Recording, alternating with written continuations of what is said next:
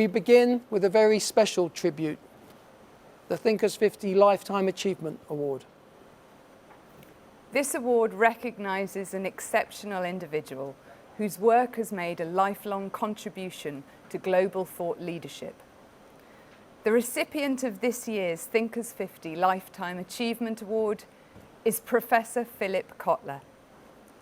For over 50 years, he has taught at the Kellogg School of Management at Northwestern University, where he is the S.C. Johnson Distinguished Professor of International Marketing.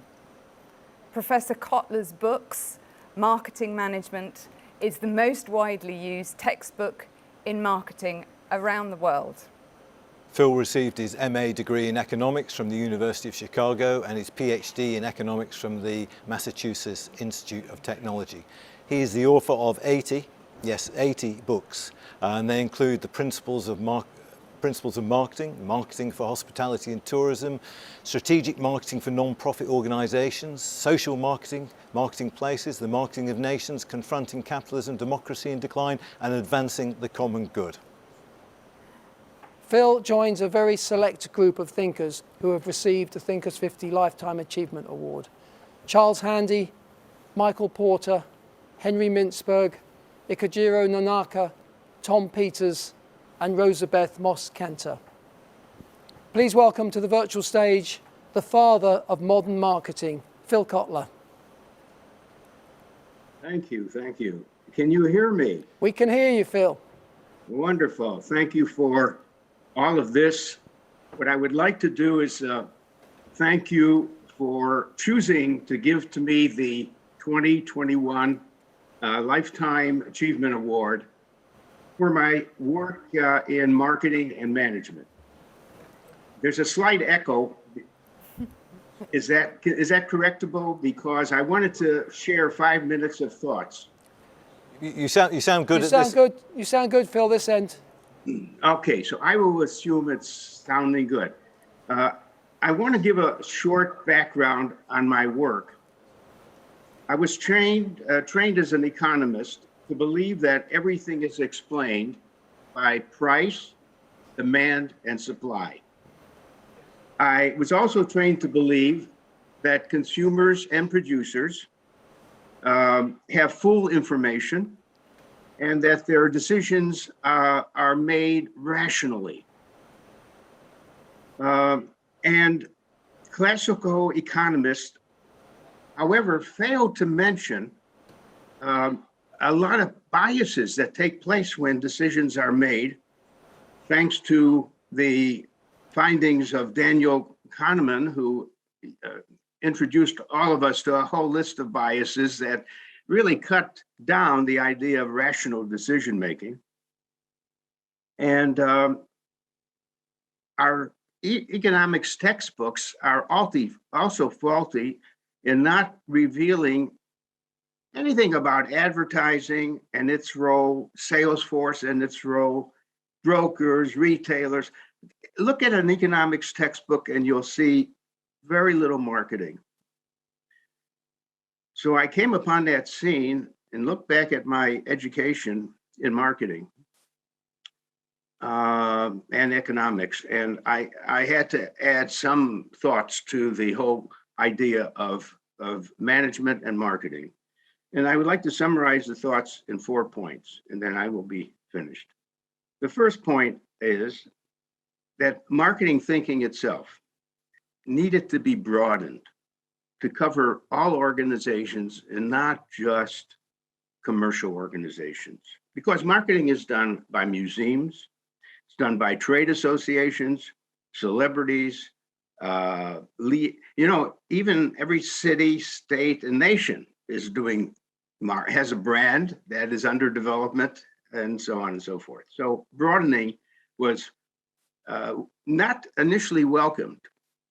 Many marketers argue that it would dilute marketing if we broadened it beyond commercial organizations. Well, a vote was taken and by distinguished professors, and everyone said, it's good stuff. We have to broaden marketing.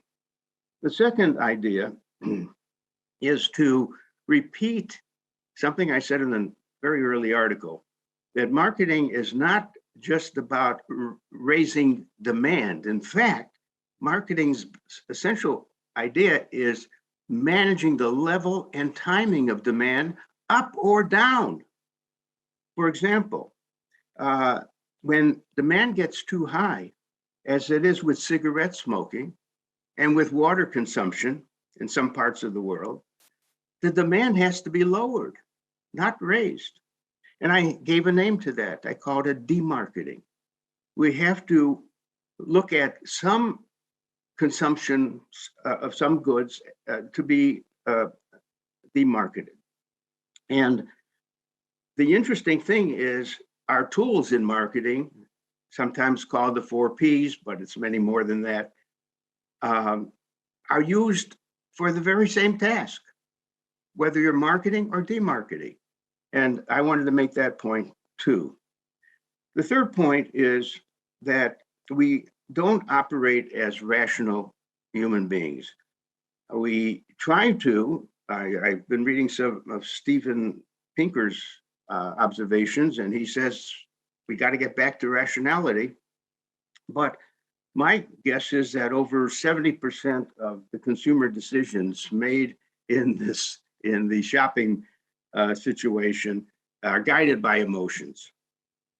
But you may say, but producers don't have emotions. That's only consumers. No, at least 50% of the decisions made by producers, by CEOs, are guided by risk taking and care. Should I do this or not? Fears of consequences.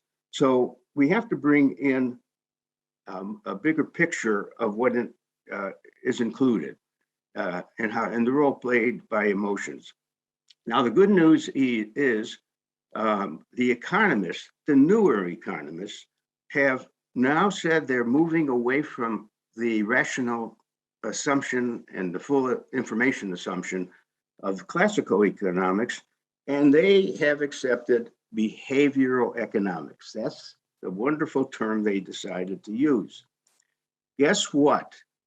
The most extensive pool of information on how people actually make decisions is in marketing. Do you know that means that behavioral economics is just another word for the discovery of marketing by the economics profession? Because we have examined for over 110 years, maybe more, how decisions are made by consumers. And frankly, that has to be incorporated into the economics teaching. The fourth and last observation is that marketing must accept more social responsibility in its prescriptions. Our mission historically has been, of course, to increase demand. Now, notice what has happened. If we increase demand endlessly and pursued endless economic growth, we'd be increasing the CO2 and we'd heat up the planet, cause more floods, wildfires, hurricanes. And so this idea that our job is to increase demand all the time has to be questioned. And so here are some questions.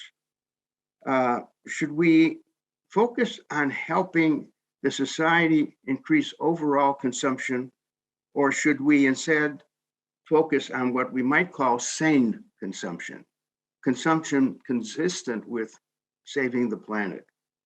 Should marketers advocate that companies be responsible for not only making and selling something, but also for the disposal and waste that takes place after something is made, sold, and used?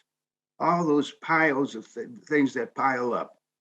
Shouldn't marketers adopt a circular view, not a linear view, of economic decision-making, and therefore their total responsibilities when they produce something and sell it?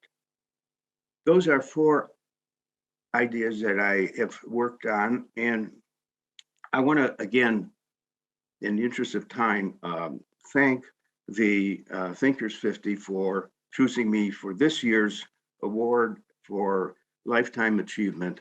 And I want to see you guys lasting more than 50 more years. Well, you were 20 years. Congratulations. And I appreciate that too, about you. And I watch very much the new people who you notice are adding so much to wealth of thought and ideas to our thinking. Thank you. Thank you so much, Phil. Our very warm congratulations to you.